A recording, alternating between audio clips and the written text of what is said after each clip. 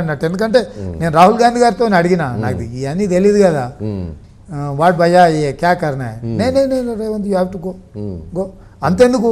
చాలా మంది ఏమనుకుంటారు కేసీఆర్ గారి దగ్గరికి నేను పలకరించడానికి పోయినా కదా.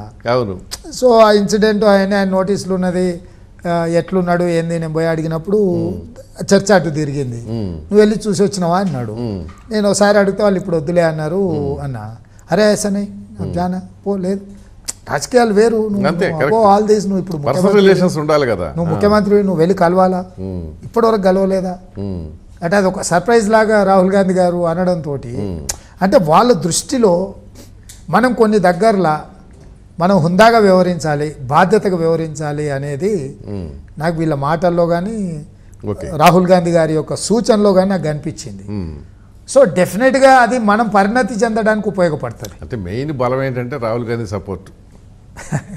సో అది మాత్రం మీ ఇంత ముందు వాళ్ళకి లేనంత బలము, అంత సపోర్ట్, అన్కండిషనల్ సపోర్ట్ ఉంది కదా. అది ఇక దాంట్లో ఏమనుమానం లేదు. ఆ కుటుంబంలో ఒక మెంబర్ లాగా ఈవెన్ మేడం కూడా Rahul Priyanka Rahul Gandhi out and out as like ఆయన బ్రదర్, అంటే ఆయన నాయకుడు నేదేదో ఇదని కాకుండా యాజ్ ఎ ఫ్యామిలీ మెంబర్ను ట్రీట్ చేసినట్టు చేయడం కానీ, మనం ఇట్లా ఒకసారి ఇట్లా ఆయన ఫేస్లోకి చూసినా కూడా ఆగి ఏమైనా విషయం ఉందా,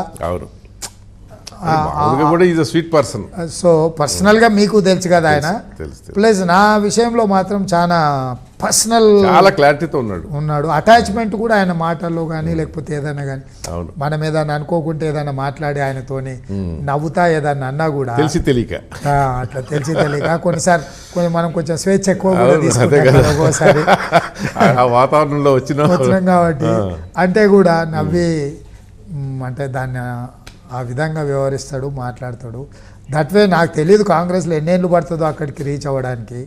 ఈరోజు దేశంలో రాహుల్ గాంధీ గారు ఇద్దరినో ముగ్గురునో నలుగురునో అత్యంత దగ్గర మనుషులుగా చూసే దాంట్లో ఒకవేళ పేర్లు రాయాల్సి వస్తే ఇప్పుడు రేవంత్ రెడ్డి ఖచ్చితంగా ఉంటుంది, ఉందని అయితే ఉంటుంది అని అయితే నాకు క్లారిటీ ఉంది. అట్లా సో వాతావరణం అయితే ఉంది. సో ఇక మనం ఇన్ని బాధ్యతలు, ఇన్ని రకాల నమ్మకాలు పార్టీ పెట్టుకొని ప్రజలు పెట్టుకున్నప్పుడు మనం ఏ ఒక్క క్షణం కూడా ఎమరపాటుగా ఉండడానికి వీలు లేదని నేను భావిస్తున్నా. ఏమరపాటుగా ఉంటే దాని పర్యవసానాలకు కూడా సిద్ధంగా ఉండాల్సి వస్తుంది. ఎందుకంటే అది కాంగ్రెస్, తక్కువ అంచనా వేయడానికి వీల్లేదు. ఏ మూల నుంచి ఎవరు వస్తారో తెలియదు, అది తెలిసిన విషయం అందరికీ.